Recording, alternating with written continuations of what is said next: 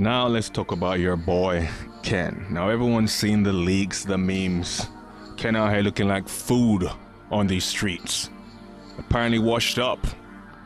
But here's the thing about this story. This might actually be one of the best stories in Street Fighter. Because remember, most characters, they give them like one sentence of lore. Not interesting stories. This right here might be one of the best stories in Street Fighter 6, if executed properly. Of course, you know Ken for being carefree, flashy, man's rich, got his wife, got his kid, everything down on lock. A smooth life, smooth sailing. Now they're trying to shake it up to give you some character, to give you some grit to the guy, for him to show some heart. Everyone likes a good comeback story, and I think this is what they're trying to do right here. It's definitely more interesting than Ryu's story, that's for damn sure. However, you need to make sure this guy achieves his goal at the end. Because if the game ends and this guy's still washed up and getting beaten up by different characters, then the man is buried. Okay? Funny people are saying he looks like Terry. Does anyone remember that Fatal Fury 2 anime? This wasn't actually that bad. In fact, you should watch all three of them. They're not the greatest in the world, but it's decent, I guess.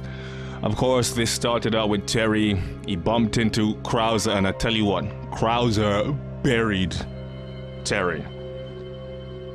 Washed him very badly. And the point I'm trying to make is after Terry got washed, he went into depression, much like they're telling you about Ken right here. Dude was down and out. Terry turned into a freaking drunkard. Dude was getting washed by jobbers on the street. And a little boy had to get Terry back to where he needed to be. So that can either be Sean, they're saying Luke or whoever. In fact, to give it to Sean, how sick would it be that Sean would be the one to bring back Ken to form? Huh?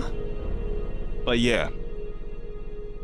In the anime, Terry had to overcome adversity. He was scared of crowds, turning to a drunk or washed, but it's the comeback that people like, okay? Overcoming depression, overcoming his fear, and going to take on Krauser in a spectacular fight, okay? That's what people like to see, the good comeback story. And Krauser was a beast in this. But yeah, as long as the man accomplishes his goals, gets back to form, the story will be one of the best stories in Street Fighter. If not, dude's gonna end up like Paul, a joke. This goes to show you how much story does matter. And you got people saying, oh, no one plays fighting games for story. They don't, but at the same time, it makes it better. Interesting lore makes it better. And if the story didn't matter, why is everyone shitting themselves now? Why is everyone up in arms about this? Because they care about the character. They care about interesting lore. It makes the character more likable or less likable. Whack story equals less likable character. Good story equals more likable character. Not rocket science. Let me ask you a question. Tekken 7, right? Imagine at the end when Heihachi's fighting Kazuya. Kazuya's down, Heihachi's about to kill him. Paul Phoenix jumps in and hits Heihachi with the burning fist into a volcano. Then Kazuya and Paul square off. Huh? How awesome would that have been instead of having the same tired-ass characters fight each other time and time again? Huh?